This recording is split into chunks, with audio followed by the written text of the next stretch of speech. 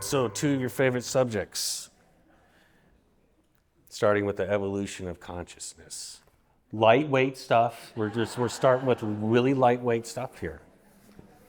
Okay, when I use the phrase increasing or the development or the evolution of consciousness, it really is talking about a collective. Where are people, let's say right now, we could take any group, Dallas, the United States, the world, it doesn't matter. But when they go through whatever they go through in terms of their own life experiences, those life experiences, as you well know, are changing us and forming our sense of who we are, what this world is about, who is God. Those are big questions. Everybody's got them. They can put them to the side, but they're basically always there. And what I want to do is try to describe to you that certain cultures have things within them. Sometimes it's just the length of the time they've been in a zone together, when you think of major cities or major countries. But basically, those experiences create a worldview, and I want to call that consciousness.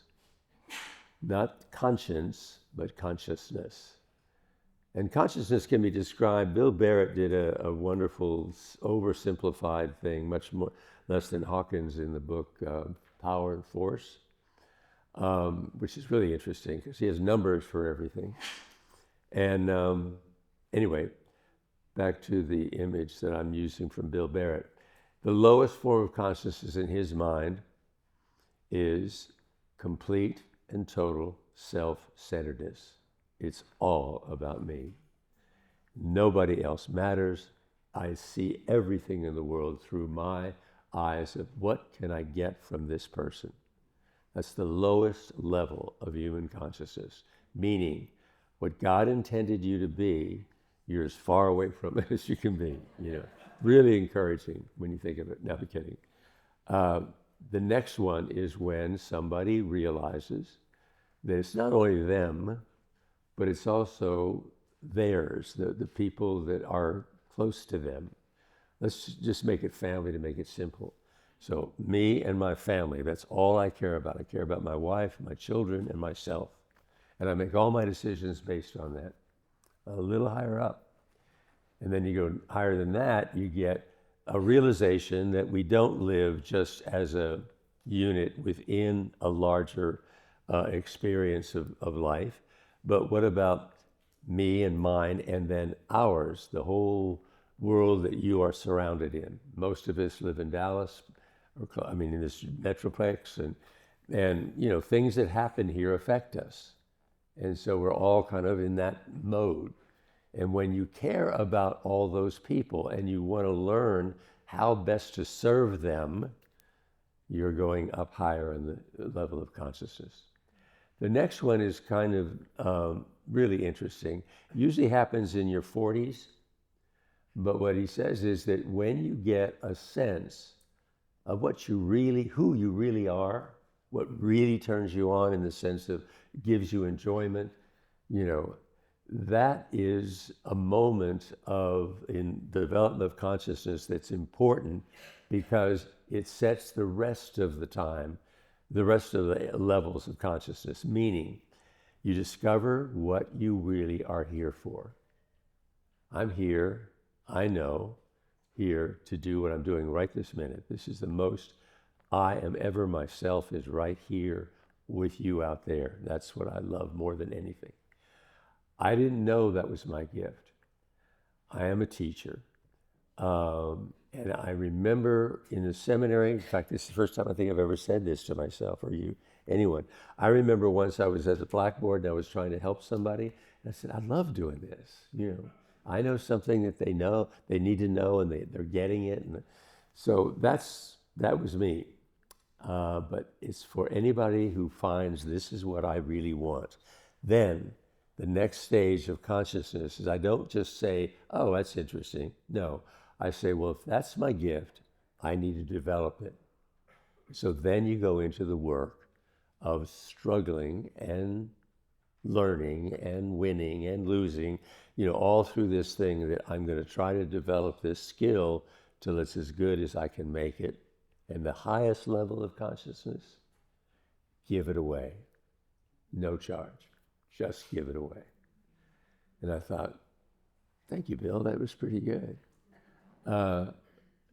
If you're interested in consciousness, Hawkins' book on, I think it's Power versus Force, I think he goes into it much more. He actually, I don't know how he does this, but he figures out which countries and which group of people are higher and lower. And I remember reading his book, and that was done some time ago. But Europe and the United States is about 250. It's a 0 to 900. And so 250 is kind of basically where most people are in the state, in developed countries. But the lowest level of consciousness was in Haiti, of all places. Don't know, but that's what they said. But the numbers game is kind of fun, and I think it gets in the way a little bit because what number am I? What number am I? Yeah. I was just going to say, we're supposed to figure this out when we're in our 40s. A little behind. Yeah.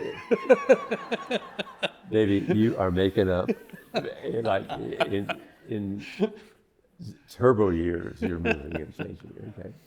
So anyway, that's what I mean by consciousness. And it's so interesting. It used to be, I would think, well, it was only because the people I was with, because they talked about the same stuff I did, and we had things in common.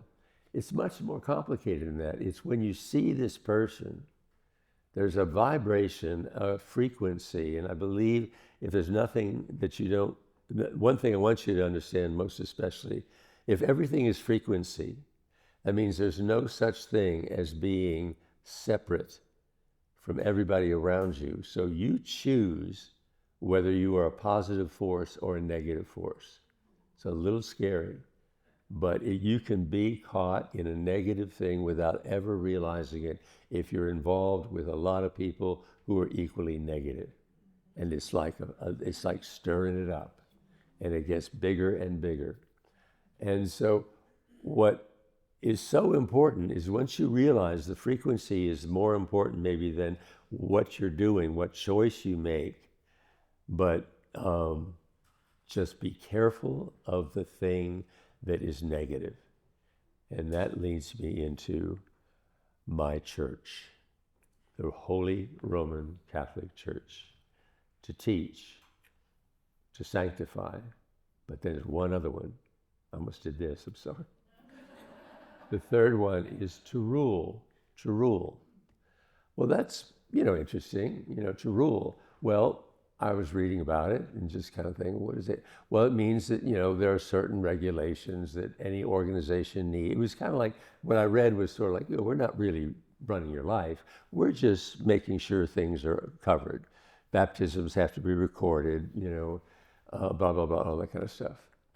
And then I thought, well, that's interesting. And then I thought, well, ruling is just a little dangerous, isn't it? I mean, when you say I'm going to rule somebody's life. And I would think, well, maybe the church is too smart to even go there, but she's not. In fact, now there's something that I really want to talk about. I hope I can do it with really as much love and compassion as I can. But there is a movement going on in the Roman Catholic Church today that is directly attacking the Pope that we have, Pope Francis. And what Pope Francis is doing is fulfilling the obligations, the truth that came through a council from 1962 to 1965. They finally, for the first time, the bishops that were present were able to outvote the Curia. Bingo, that was so incredible.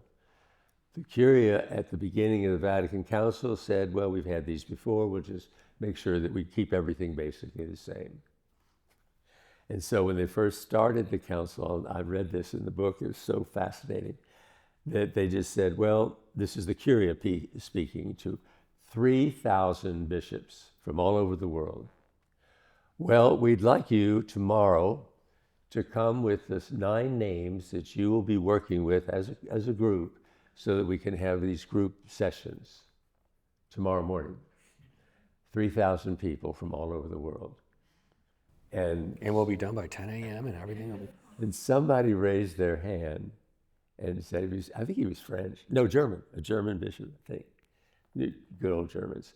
Anyway, he said, excuse me, but I don't think it's conceivable that we could find the people that we need to work with. We don't know anything about what's going on. We haven't seen an agenda yet, all that kind of stuff. And the entire room burst into applause. And that was the beginning of the church changing. It wasn't the Curia that was in charge. It was the people who were serving the people of God. And they were saying, we need to change. John the 23rd was the priest who came up with the idea of having a council. I thought he was the coolest pope in the world.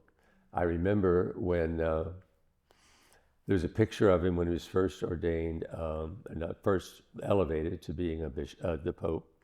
He had a cigarette in one hand and a martini in the other. And I said, that's my man. That's my man. And then he also had this famous quote. We probably all heard it, but somebody was interviewing him at the beginning. He said, well, how many people work in the Vatican? He said, about half. Love that. I mean, he had a sense of humor. And he said, we want to open the windows of the church to let in the Spirit. Okay? Think about that. That's what he wanted to do.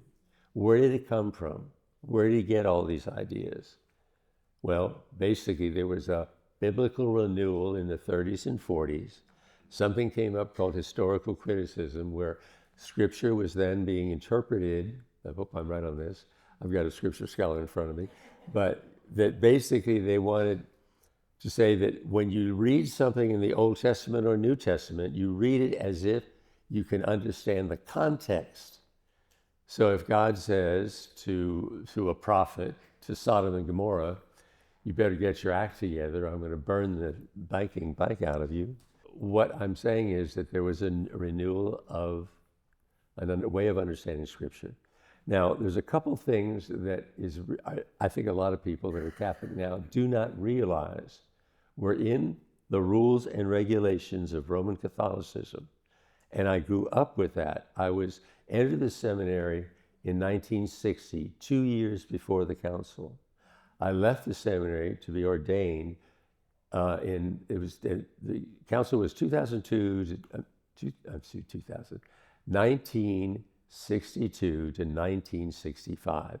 And then I had 2 more years of the seminary. So right in the heart of it, I was being taught these documents that were just so exciting to me. I couldn't believe it.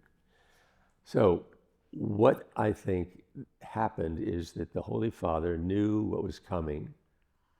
And if you think about the date, were the 60s anything that changed people much? I wasn't there. I think most people say if you can remember them, you weren't in them, you know. But it's really crazy. I mean, think of that. That happened when the Pope said, you know, we better rethink about how we're dealing with our members. Well, the 60s and the 70s and the 80s and the 90s and the response to the teaching of Vatican II was primarily considered to be nothing more than arranging furniture in a church in a different way, changing the language of the liturgy from Latin to English, and making the priest face the people without really being taught what that all meant and how different it made the church. Instead of a priest leading the people toward the sun in the east, with everybody behind him in a long rectangular church, and the priest was the one who was going to get you there, and he was going to be the one who saved you, and all you had to do was do what he says and receive what he offers in sacraments. Bottom line, that's all you need to know. And that's what I was taught, and I thought. And when I first was ordained, I thought, you know, this is really not very hard. I mean, back to the Protestant minister who says it's all written in a book. But the sacraments are really not that difficult to learn how to do them. And that's the heart I thought, of what I'm going to be ordained to do. Then I learned later that in the very ritual of ordaining a man a priest is more emphasis placed on preaching than on sacramental ministry. Made total sense. It's who we are and what we teach and the sacraments that make us effective, okay? But back to the council.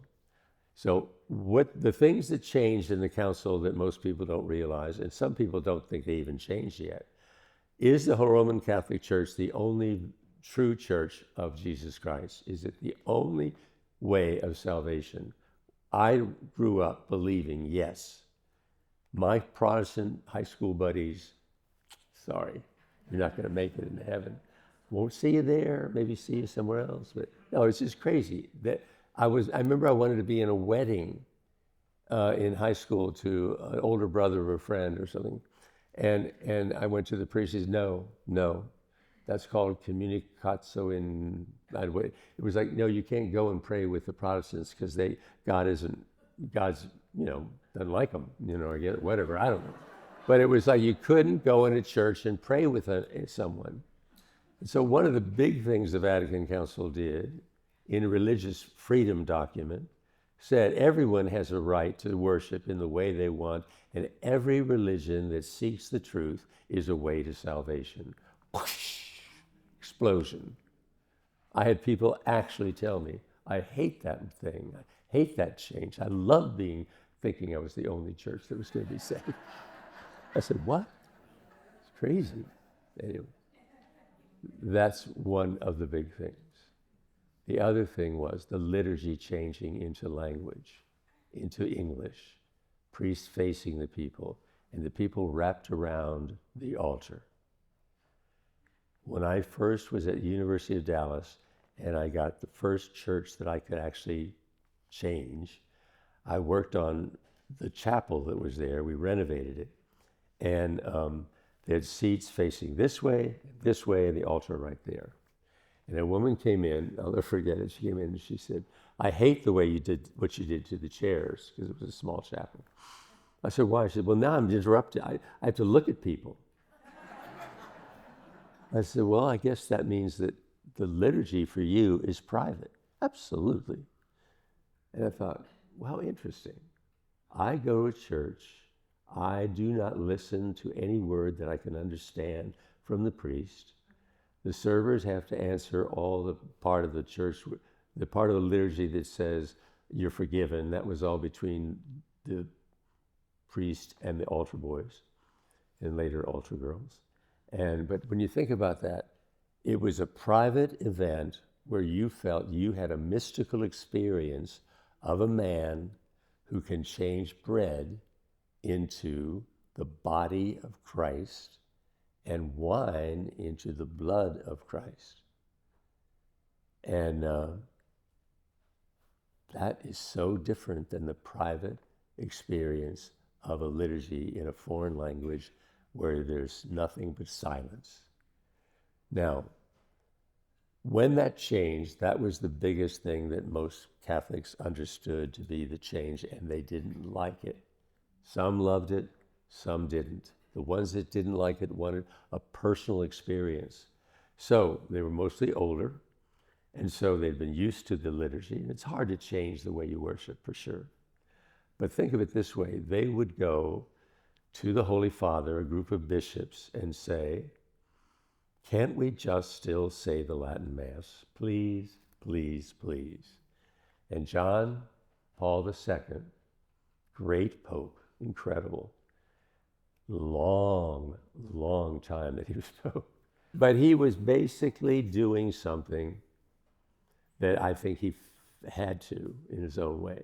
When the Vatican Council came out and we found out that we could make our own moral decisions, and that's one of the things, the most explosive things the Council did, along with changing this liturgy from a personal to a communal experience. I'm going to stick with the communal experience for a minute. And the Pope gave permission for the Latin Mass to continue. Today, it is flourishing in some corners, filled with conservative people. And what they want and this is what they're crying for, which is, I think, just interesting. They want a more rigid, more controlling, and more private experience of their God. They want to know where they stand. They don't want to question it. They just want to know, if I'm doing this, this, and this, and this, and this, wear something over my head, all that. I'm not saying that those people are bad. I'm just saying they're longing for something that is hard to let go of, and they need to let go of it. So John Paul II said, okay. Next was, he let it go. And Francis came along and said, we don't have two liturgical forms in the Catholic Church. It's one. And they took it personally, felt they were being treated badly, and they were very angry. And there's a church that was built, a building in Kansas called Immaculata. And Immaculata is going to become the home base for a group that came originally out of France that are considered heretics by the church. They disavowed anything about the council and went their own way. And it was a Bishop Lefebvre, I think is his name. Well, he's opened a church now in the United States, $60 million building.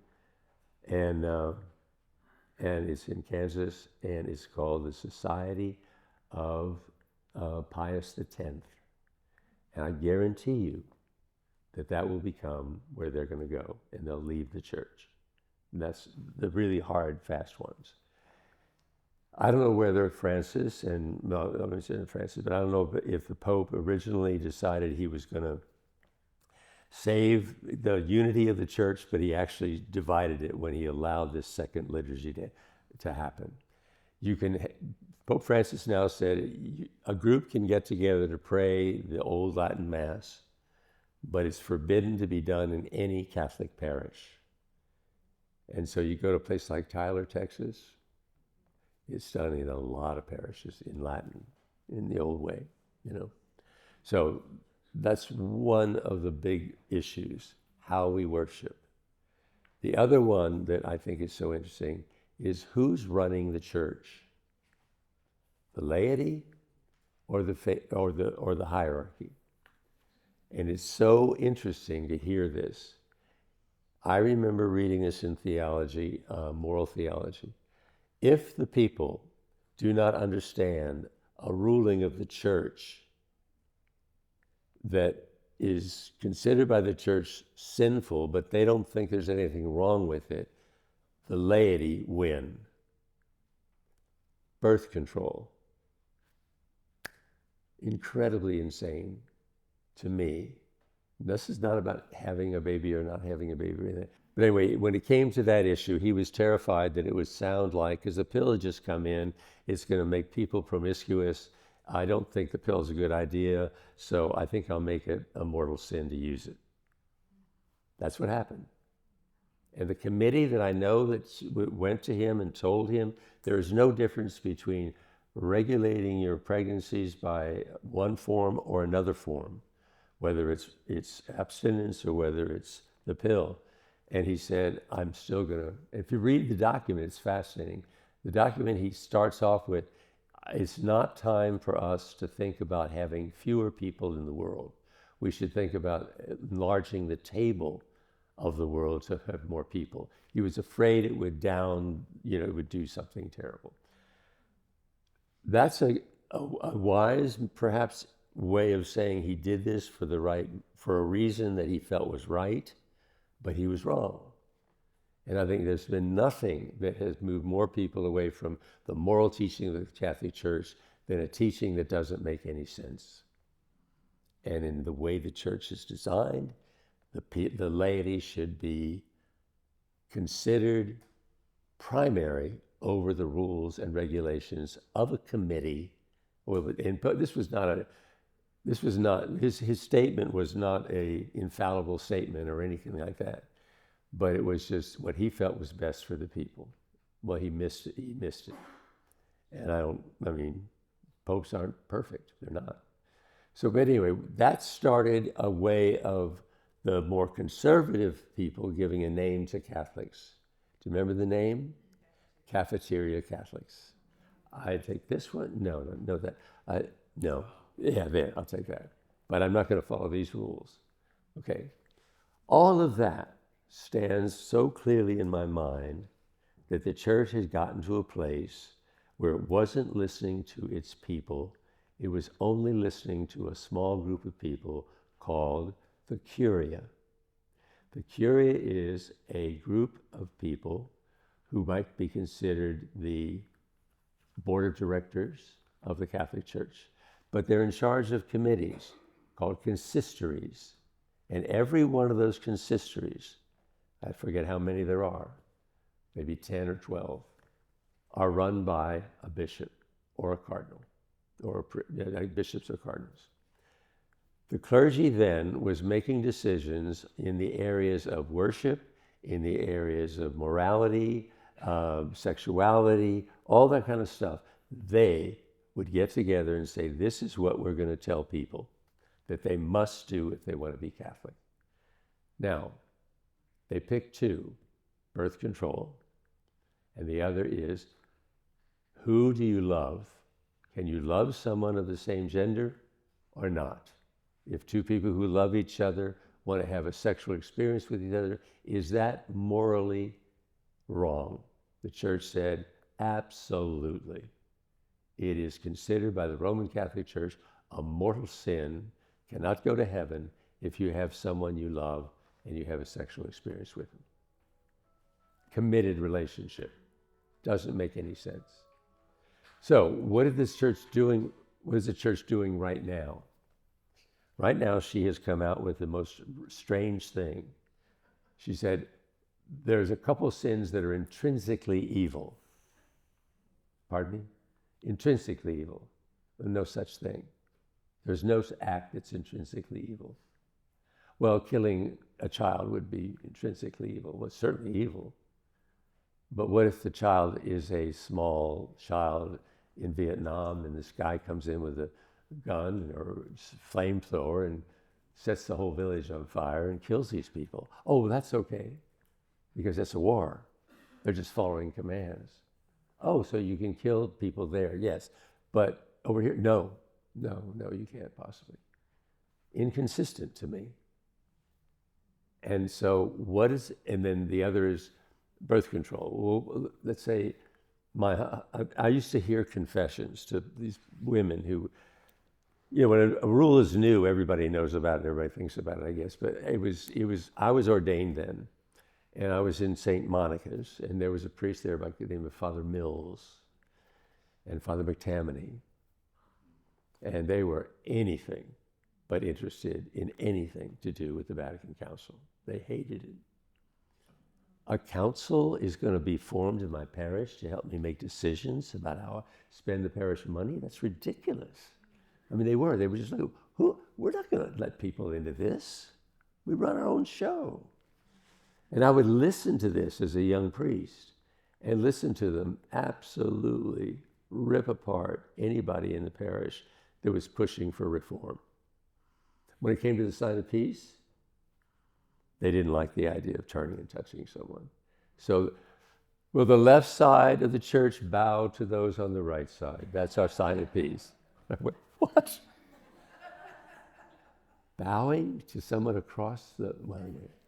So I'm painting a picture that I want you to feel is not who the church is, but what happens when the church won't be what the church is calling you to be, and you're a minister. And so when so many young priests looked at this, and they were taught in the Vatican Council that every issue, every moral issue, is a complex thing to figure out. And the beautiful thing that the Vatican Council said, it's the one thing I want to teach everybody, that when it comes to a difficult moral decision, does this moral law fit this situation I'm in? When I look at breaking that rule, what is the ramifications of it? So I look at three things. What is it I'm doing to start with? killing a person is different than using a pill, for birth control. But what is it? How serious is it? What are the ramifications of what I do? What is the effect it's going to have? And where do I stand in my own discernment of what this thing is? In other words, it was a way of being able to discern a moral decision that's complex. Well, how do you do that? The Roman Catholic Church says in the Vatican, you go to your heart where God dwells and you spend time with God. You listen to his guidance. And how about this line? Even if it's wrong, you have a responsibility to follow not the rule, but your conscience. Do you feel the dignity that gives you? The worth it gives you in terms of the complex worlds we live in? I mean, it's not black and white. Rules fit black and white circumstances. But, I'm so upset with the church that now it would seem for most Catholics, what is the litmus test for being a Catholic? I believe that God is living in my heart and I resonate it to everyone. That's not on the list. No. It's simply, do you follow the rules and regulations? Do you give in? And that shows you love God to something that you in your heart know is the wrong decision. But you've got to follow it.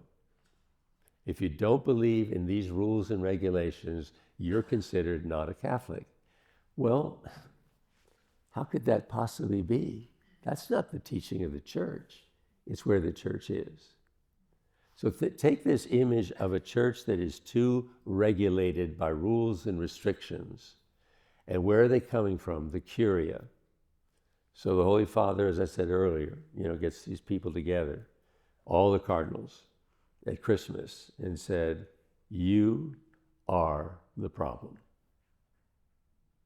I'm going to have to change your roles. First, you don't get to stay here after 75. You are not going to be able to run all these consistories. I am opening it up to any man or woman, lay or religious, to run. And one more line that is kind of hard to say, I don't like to say it, but the corruption in that system is legion. It's filled with everything you'd expect when all the organization, it's not just the organization, it's a country. The country is filled with males primarily, other than people like nuns that do things for them, that serve the males. But that it's all male. It has no hierarchy, no oversight. Nobody's telling any of these people that they're doing anything wrong. If they go out to someplace else, the cardinal does something illegally, all they do is run home, and nobody that's accused of something by the government of Italy can be prosecuted, because the person who is back in his own country, they won't allow you to be, what's the word? Extra something. Extradited. Yeah, thank you. I mean, think of that. I mean, I'm not blaming those guys, but my God, that's not a healthy way to live. I mean, so what I'm feeling so deeply right now is, as the Holy Father seeks to change this church by simply going back to what it decided it should be back in 1965, that what you see here is a church that has resisted the council to the extent that it has caused deep, deep harm to the body of the believers, because it split us right down the center. And there are people who love the black and white, and there are people who can't stand it and want to be able to deal with the nuances of any kind of decision. If you don't go to Mass this Sunday because you just don't feel like it's going to be what you need or want, or maybe it's because what you find there is not what helps you, don't go. Of course you don't go. I remember a woman came to me and she said, I've been working with the diocese on child abuse issues, And I see the lying that goes on among these diocesan officials. I just can't go in church. I start choking. I just can't. And what am I going to do, Father? I have to go. I said, no, you don't. My God, no. No, don't go to that place. Or, I'm not saying, can you see, well, you hear what I'm saying? A regulation and a rule that puts you in a place that is detrimental to your well-being and your spiritual life. Who gets to make the decision? You do. That's all I'm saying. You do. And I just can't believe that it isn't clear to the leadership. But then I think, well, they're not involved they probably aren't really involved in what the regulations and rules are. And every parish that I know that gets too big starts falling into this trap that there are about 16 hurdles you got to go through to get a sacrament. And you got to go to all these classes. You got to do all this. I had somebody working for me who said, I want to make the sacraments as hard as it is. I mean, as hard as it can be to get it, because then they'll appreciate it. She's not there anymore. But think of that, I remember Bishop Farrell, now Cardinal Farrell, got together with the priests and they said, look, you got to stop doing what you're doing in terms of making all these hoops that somebody has to go through just to get a sacrament. That's what we're here for, to give it to people. Why do we judge the person walking toward me in communion? I've had priests I know that would say, well, I know she's married out of the church, and so she's not going to be able to receive communion. And the Holy Father says, the whole idea of people married out of the church because they had a divorce and they got remarried and they couldn't get an annulment, which is a crazy thing. The Holy Father thinks all annulments should take 30 days max, and it should be decided by the pastor. The pastors went, oh, no, thank you. No, thank you. I don't want that guy. No. That's what he said. But back to this beautiful this beautiful Pope we have right now. And the thing that I love about him as he brings us back to a thing that somehow, if you have a higher level of consciousness, it's true. It's true.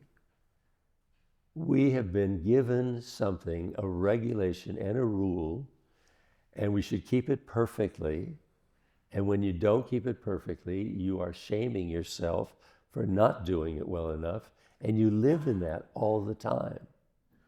And then you'll see somebody who is very religious in their word, and they're sort of bowed down, and they don't seem to have a lot of fun. I don't know, sometimes, but they just seem really. It's all about the following of religion. It's like you've got to be around people who all follow the regulations perfectly. That's what it means to be a great, strong Catholic, and nothing is further from the truth.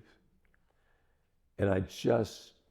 I don't have that many. I mean, come on, I'm 85. So, and that is, I tell you, somebody said, I said, I might have cancer, and I don't know. And I said, it could shorten you. I might only get 5 years. They said, that's too much. You're 85. You're worried about dying at 90. I said, yeah, I guess so. It was funny. I just think, yeah. But anyway, back to my stories.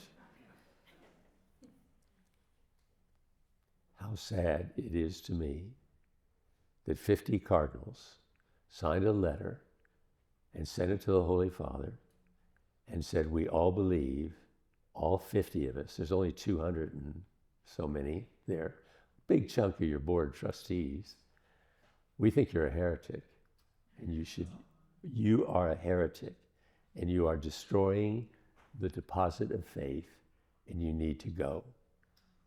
Why? Well, you give us too much freedom. You give us such dignity for being. I mean, they're not saying this. They're just saying because we don't like the changes. We want to go back to regulations and rules, and we, the Curia, are the ones that determine morality for the entire world of believers. Do you think that an individual in Africa should be treated the same way as somebody that lives in Dallas, Texas, or in another country? I mean, it's like the one thing the council did also is it opened up a thing called collegiality, where the bishops have a say in what happens to their people in the diocese. It may be slightly different than what the general rule is for everyone. So it gets closer to paying attention to the group that is being impacted by your rules and regulations hierarchy. And now it's really one step further. This versus the set of rules. Does that mean you can do anything you want? Absolutely not. And I was talking to a chaplain at SMU, good friend of mine, and I said, Father Arthur, why don't you teach people about conscience? You know they're going to do what they're doing anyway. I mean, he said, well, they'll do everything, anything they want.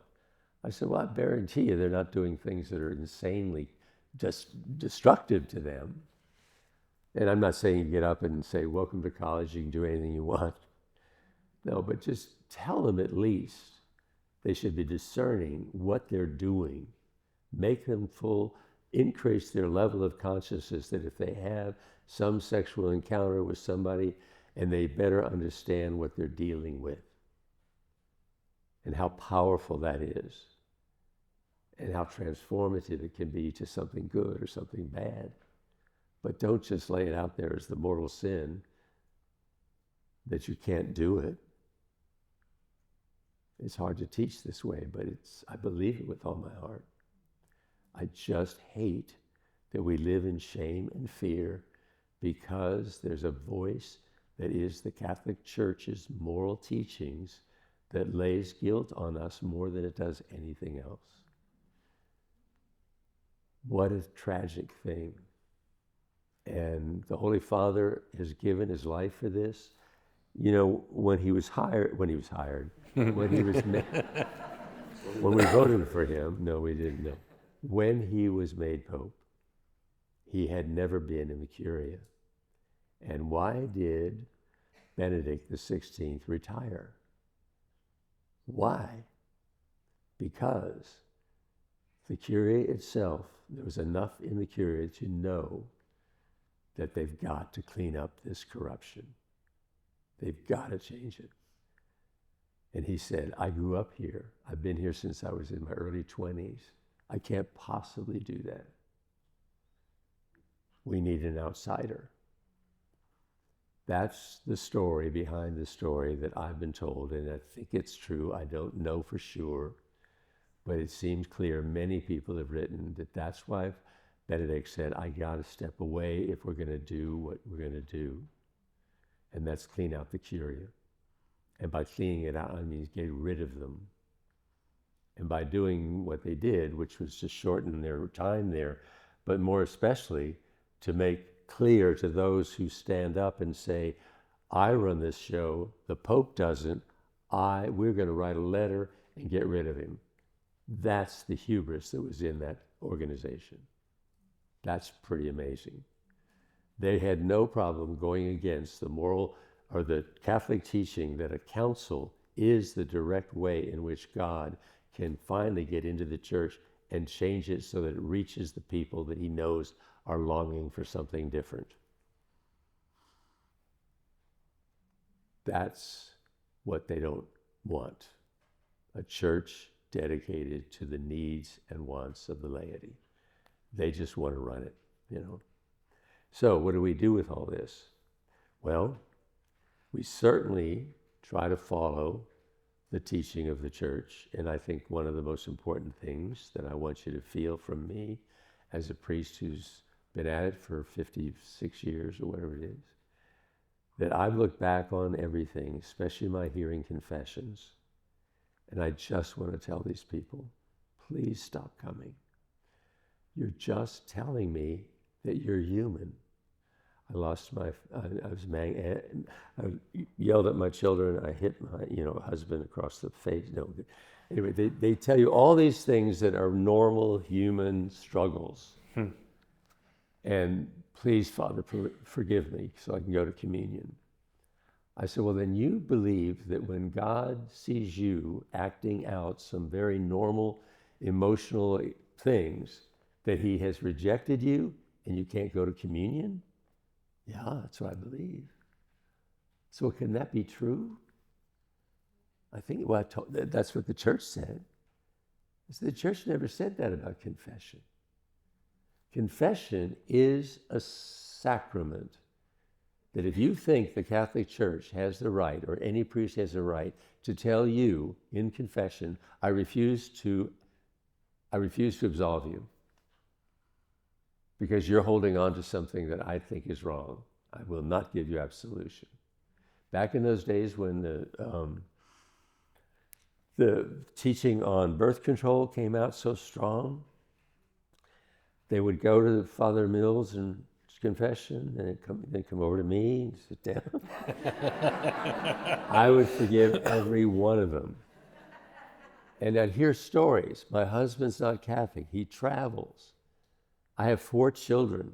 I've got the max. And I'm supposed to tell him, that it's depends on when you come home, honey,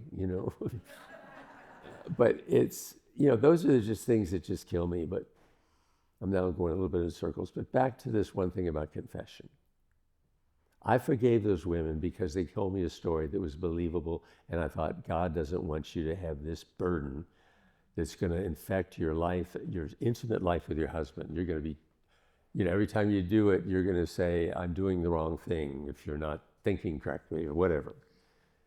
But then I said to these people, or what I've said to many now, is confession is the sacrament that is required if you have done something so deep and so profound, a rejection of God, you probably need prayers to make your transition.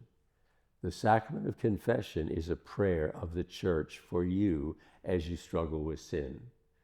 And then the words, I absolve you from all of your sins, are the words of Jesus, God the Father, in you, in me, saying to you and to everyone around us, forgiveness is the only way to deal with imperfection. Be forgiven, not only through Father Bob in the confessional, on Saturday night because you had a really bad week and you acted like a jerk, and you gotta get forgiven.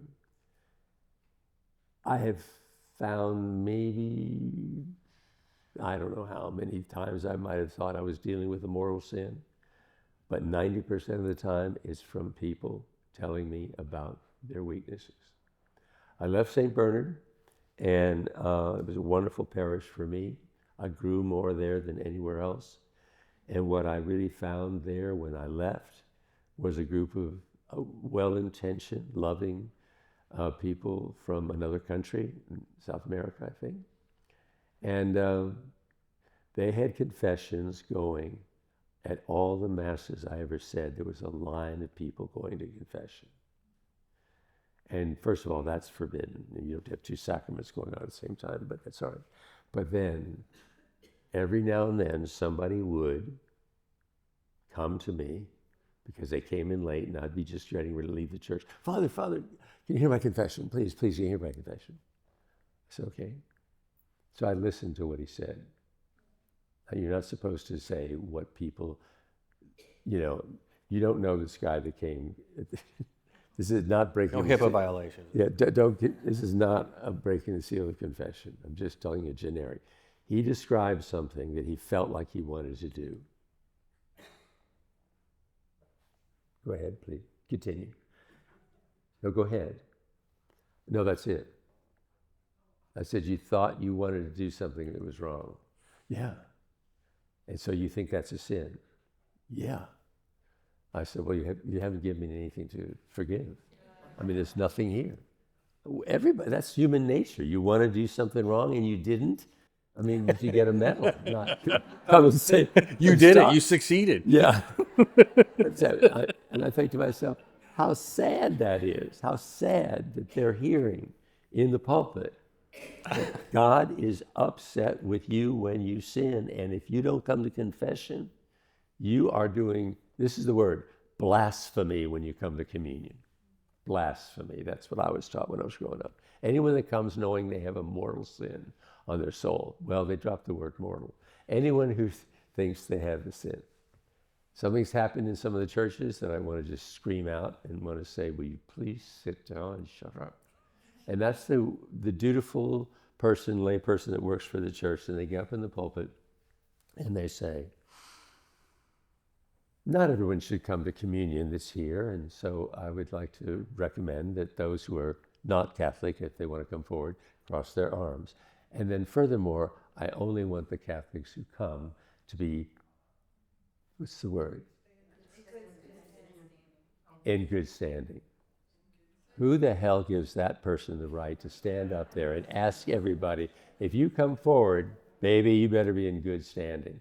Well, what's your judgment again? How can you know if they're not?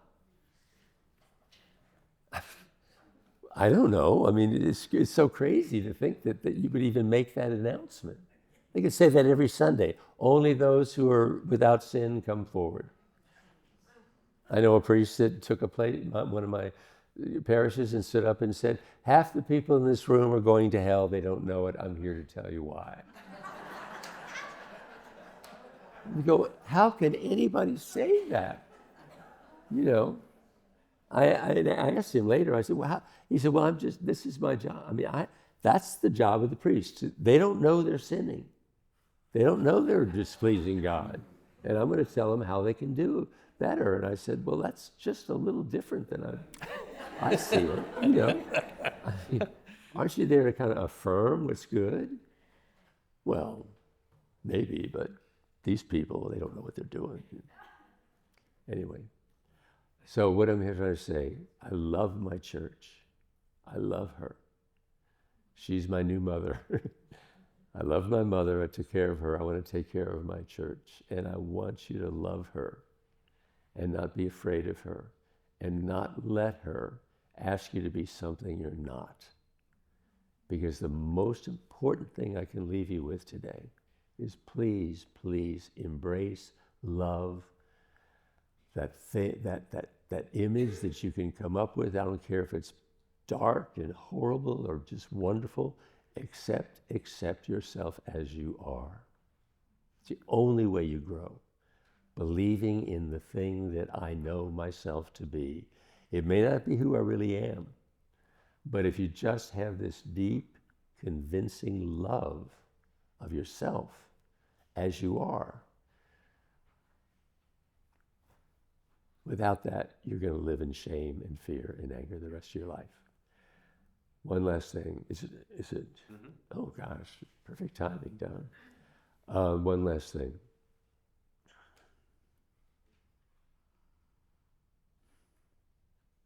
When you get to heaven, what do you think God is going to say? Sound like a guy that interviews actors. Anyway, but what do you think? What is judgment? This is my idea of judgment, and I love it. I don't know if it's right or not, but if it feels right, it usually is right. God looks at you, and he says, first and foremost, I'm so sorry. I'm so sorry what happened to you. I'm so sorry for the times people took advantage of you, abused you, used you, and you lost faith and hope in yourself.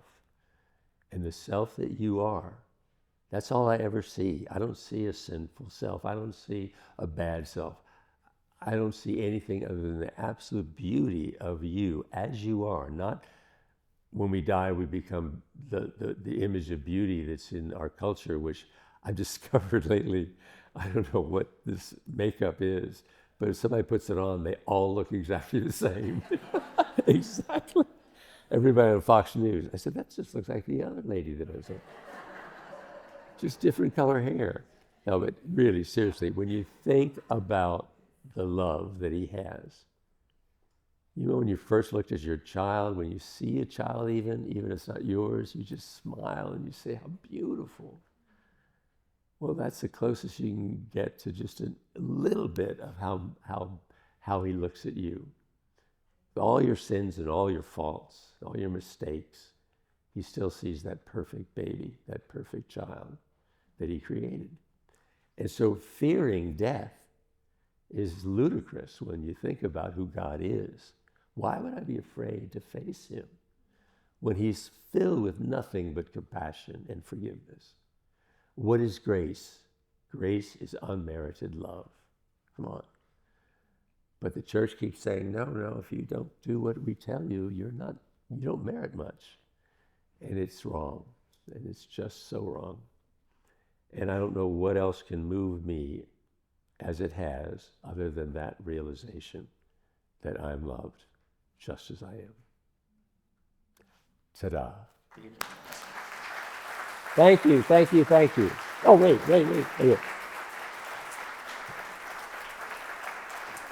And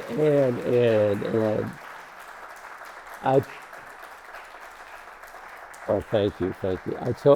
I told Priscilla that she could I like her to end the show, and the presentation. Any I way said- she fit. I said, any way you want, you sing whatever you like to sing. So she's going to sing something.